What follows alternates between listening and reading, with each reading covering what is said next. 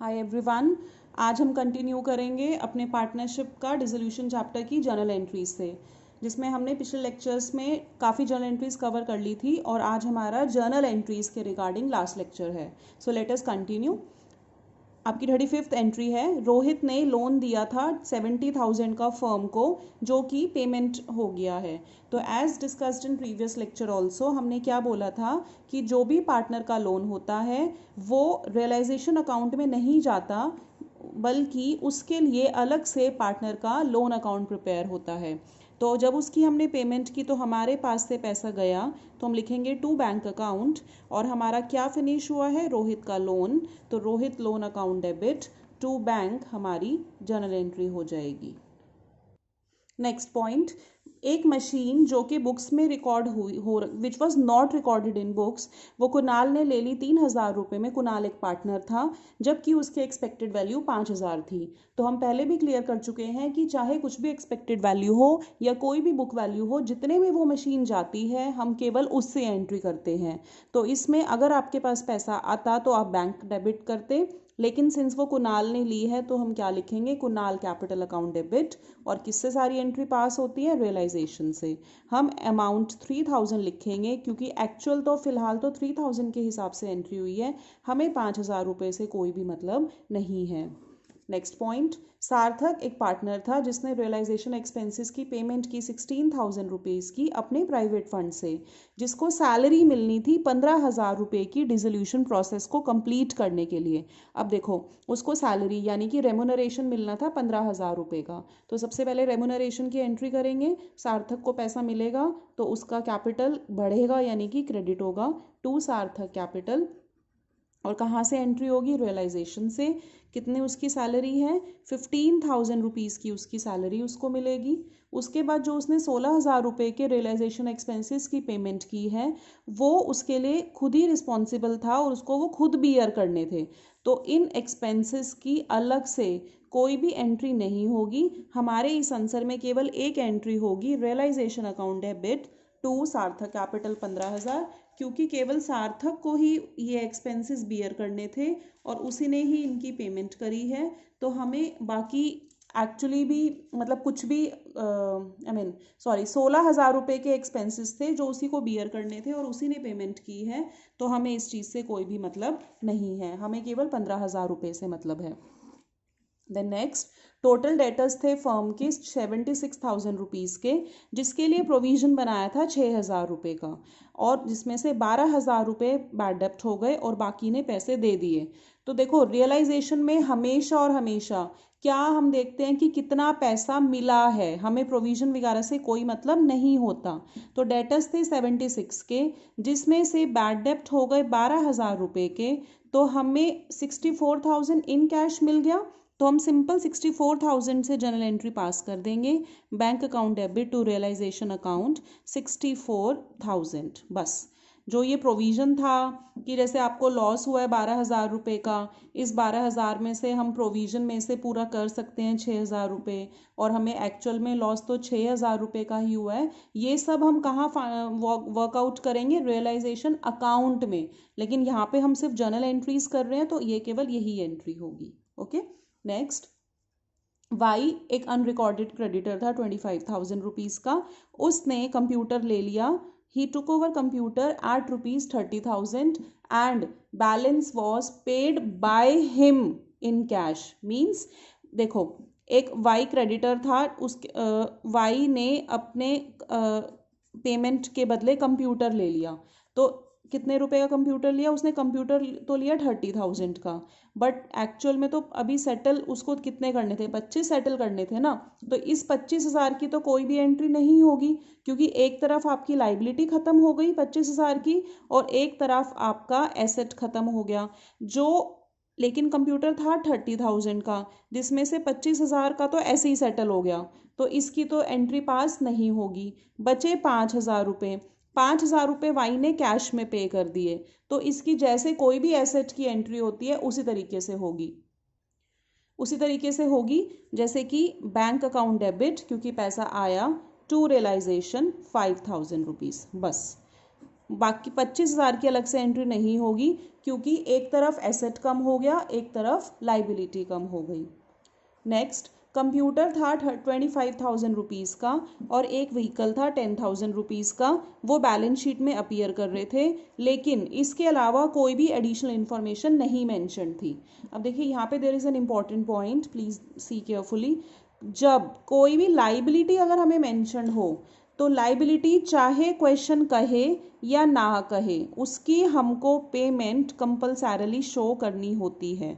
ठीक है, कोई भी लाइबिलिटी आपको बैलेंस शीट में जो एग्जिस्ट कर रही है उसके रिगार्डिंग पेमेंट मेंशन हो या ना हो, वो आपको दिखानी पड़ेगी। लेकिन एसेट कब तक आप रियलाइज करोगे, केवल कब रियलाइज करोगे, जब आपको क्वेश्चन मेंशन करे। अगर क्वेश्चन कह रहा है कि ये एसेट इतने में बिका, तो ही आप उसको बेचोगे, वरना हम सोचेंगे कि वो एसेट हमारा बिका ही नहीं। तो इन्होंने बोला कि बैलेंस शीट में तो ये आइटम्स थी, इसके अलावा कोई भी इंफॉर्मेशन गिवन नहीं थी, तो इसके लिए हम इसकी कोई भी एंट्री पास नहीं करेंगे, क्योंकि कोई भी एसेट को हम सेल कब दिखाएंगे, जब हमें क्वेश्चन एक्सक्लूसिवली मेंशन करेगा, नहीं तो हम नहीं दिखाएंगे। देन नेक्स्ट, अ क्रेडिटर जिसको 10,000 रुपीज़ देने थे, उसने एक अनरिकॉर्डेड एसेट ले लिया, जो एसेट 15,000 रुपये का था, लेकिन फुल सेटलमेंट में ले लिया। डैट मीन्स आपका एक तरफ एसेट कम हो गया 15,000 रुपये का, एक तरफ आपकी लाइबिलिटी कम हो गई, लाइबिलिटी ने एसेट को ले लिया, तो ये आपस में कैंसिल हो जाएंगे, देयरफॉर इसकी कोई भी एंट्री नहीं होगी। लेकिन जो हमें लग रहा है ना कि 5,000 रुपये का हमें लॉस हुआ है, क्योंकि देखो आपका एसेट तो गया 15 का, किसकी पेमेंट के लिए, क्या, 10,000 की पेमेंट के लिए, तो 5,000 रुपये एक तरीके से आपने एक्स्ट्रा दिए। वही फिर ये लॉस हम कहाँ वर्कआउट करेंगे, जब हम रियलाइजेशन अकाउंट बनाएंगे, ये मैं आगे आने वाले लेक्चर्स में समझाऊंगी। लेकिन जहाँ तक जर्नल की बात करें, तो इसमें इसकी कोई भी एंट्री पास नहीं होगी। नेक्स्ट पॉइंट, एक अनरिकॉर्डेड एसेट था 35,000 रुपीज़ का, जिसके लिए हमने क्या पिक करा, उसको अनरिकॉर्डेड क्रेडिटर दे दिया 50,000 रुपये का, in settlement of his claim of 30,000 rupees. अब देखो आपका क्रेडिटर टोटल था 50,000 रुपये का, हमें अनरिकॉर्डेड से कोई मतलब नहीं होता, अगर पेमेंट कही है तो हमको करनी पड़ेगी। ठीक है, 50,000 रुपये का क्रेडिटर था, कह रखा है in settlement of his claim of 30,000, तो 50 में से 30 के बदले उसको क्या दे दिया, एसेट दे दिया। वो एसेट बेशक 35,000 का था, लेकिन सिंस ये लाइबिलिटी है, ये एसेट है, इस लाइबिलिटी ने इस एसेट को ले लिया, तो ना हमारे पास पैसा आया ना पैसा गया, तो इसकी कोई भी एंट्री नहीं होगी।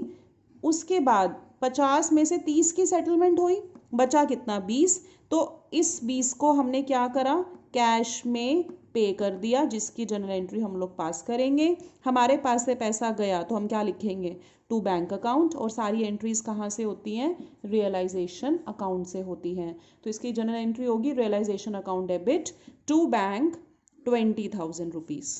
ठीक है, देन नेक्स्ट, पी का लोन अपीयर कर रहा था लाइबिलिटी साइड में, पीज लोन, ठीक है, पी का लोन अपीयर कर रहा था 50,000 रुपये का, उसने अनरिकॉर्डेड एसेट ले लिया, 40,000 रुपये का लिया, लेकिन 35 में लिया। तो देखो लोन कितने का था, लोन था पार्टनर का 50,000 रुपये का, पी एक पार्टनर था, 50,000 रुपये का लोन था, 50,000 रुपीज़ का लोन था। उस 50,000 में इसने 35,000 की सेटलमेंट कैसे की, एक एसेट ले लिया 40,000 रुपीज़ का, और बैलेंस यानी कि 50 में से 35 गए, बैलेंस 15,000 उसको कैश पेमेंट हो गई। ठीक है, अब देखो वैसे लोन अकाउंट याद करो कहाँ जाता है, लोन अकाउंट का अलग से अकाउंट लोन अकाउंट बनता है, वो रियलाइजेशन अकाउंट में नहीं जाता। तो अगर हम बात करें P's loan to bank, bank से कितने की पेमेंट की, 15,000 की, तो ये तो क्लियर हो गई, पीज लोन टू बैंक कितना हो जाएगा, 15,000 रुपये।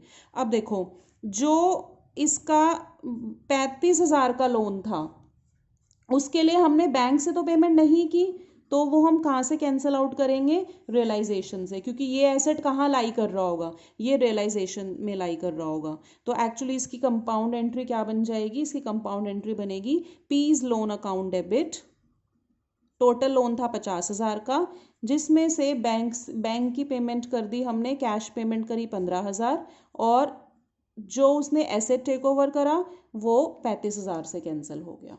ठीक है, I hope I am clear to you. Next, एक फर्नीचर था 50,000 रुपये का, ठीक है, 50,000 रुपीज़ का फर्नीचर था। अमन ने 50% फर्नीचर लिया एट 10% डिस्काउंट। तो देखो 50,000 रुपये का फर्नीचर था, 50% फर्नीचर यानी कि 25,000 रुपीज़ का फर्नीचर किसने लिया? अमन ने लिया 10% डिस्काउंट पे। तो 25,000 का 10% 2500, यानी कि माइनस करेंगे, अमन ने कितने में ले लिया? 22,500 में। और रिमेनिंग फर्नीचर 50 का था, 25 का तो अमन से सेटल हुआ, रिमेनिंग 25,000 वो बिका, यानी कि उसके लिए पैसे आए 30% प्रॉफिट पे। तो 25,000 का 25,000 का 30% कितना होगा? 7,500। तो यानी कि फर्नीचर से टोटल पैसे आए 32,500, क्योंकि ये प्रॉफिट था। तो 25,000 प्लस 7,500 कितना हो गया? 32,500। तो देखो, अगर पहले बैंक की एंट्री कर लेते हैं, हमारे पास पैसा आया तो bank account debit to realisation, कितने रुपए आए? 32,500, है ना। हमें जर्नल में बस ये देखना होता है कितना पैसा आया, कितना गया, कितने का लॉस प्रॉफिट हो रहा है, हमें उससे कोई भी कंसर्न नहीं होता। उसके बाद अब बैंक तो आया नहीं, इस 22,500 के बदले किसने लिया? अमन ने। तो इसकी एंट्री होगी अमन्स कैपिटल टू रियलाइजेशन 22,500। तो डैट मीन्स एक्चुअली में एंट्री ये कंबाइंड करेंगे तो क्या होगी? कंबाइन, इसको कंबाइन कर दीजिए आप, कंबाइन करके ये एंट्री क्या बनेगी? Bank account debit 32,500, Aman capital account debit 22,500 to realisation total कितना होगा? टोटल आपका 55,000 रुपये, राइट। ठीक है, कुछ नहीं करना आपको, प्रॉफिट लॉस नहीं देखना, जो जितने में पैसे आ रहे हैं जिसके बिकने पे वो एंट्री करनी है, जो जितने में लेकर जा रहा है बस उतनी, उसकी एक्चुअल वैल्यू क्या थी, हमें प्रॉफिट हुआ है लॉस हुआ है, हमें उससे कोई भी कंसर्न नहीं है। Then last journal entry for today, creditors जिसके देने थे हमने कितने? 6,000 रुपये, 6,000 रुपये हमको देने थे, उसने स्टॉक एक्सेप्ट किया 5,000 रुपये का एट अ डिस्काउंट ऑफ 5%। तो यानी कि देखो 5,000 का स्टॉक, उसका 5% कितना आएगा? 250 रुपीज़, यानी कि स्टॉक आपका कितने का गया? 4750 का। ये थोड़े से कंफ्यूजन हो जाते हैं, कुछ नहीं है, आपको बस ध्यान देना है कि 6,000 रुपये के क्रेडिटर थे, उन्होंने स्टॉक एक्सेप्ट करा, बेशक स्टॉक 5,000 का था बट वो 5% डिस्काउंट में गया ना, और कुछ इन्फॉर्मेशन है नहीं, यानी कि 6,000 रुपये में से 4750 4750 का तो क्रेडिटर ने स्टॉक ले लिया, बाकी कितने बचेंगे? बाकी बचेंगे 1250, वो 1250 जो बैलेंस है वो उसको कैश में पेमेंट हो गई। तो ये तो क्रेडिटर लाइबिलिटी से एसेट कैंसिल हो गया, तो इसकी तो अलग से कोई भी एंट्री नहीं होगी। इसके लिए हम लोग पैसे देंगे, पेमेंट करेंगे, तो पैसा जाएगा तो क्रेडिट हो जाएगा। सारी एंट्री कहाँ से होती है? रियलाइजेशन से होती है। तो हम 1250 की एंट्री पास कर देंगे। So now we have done with all types of journal entries in dissolution chapter. Next lecture में we will see how to make realization account. Thank you so much.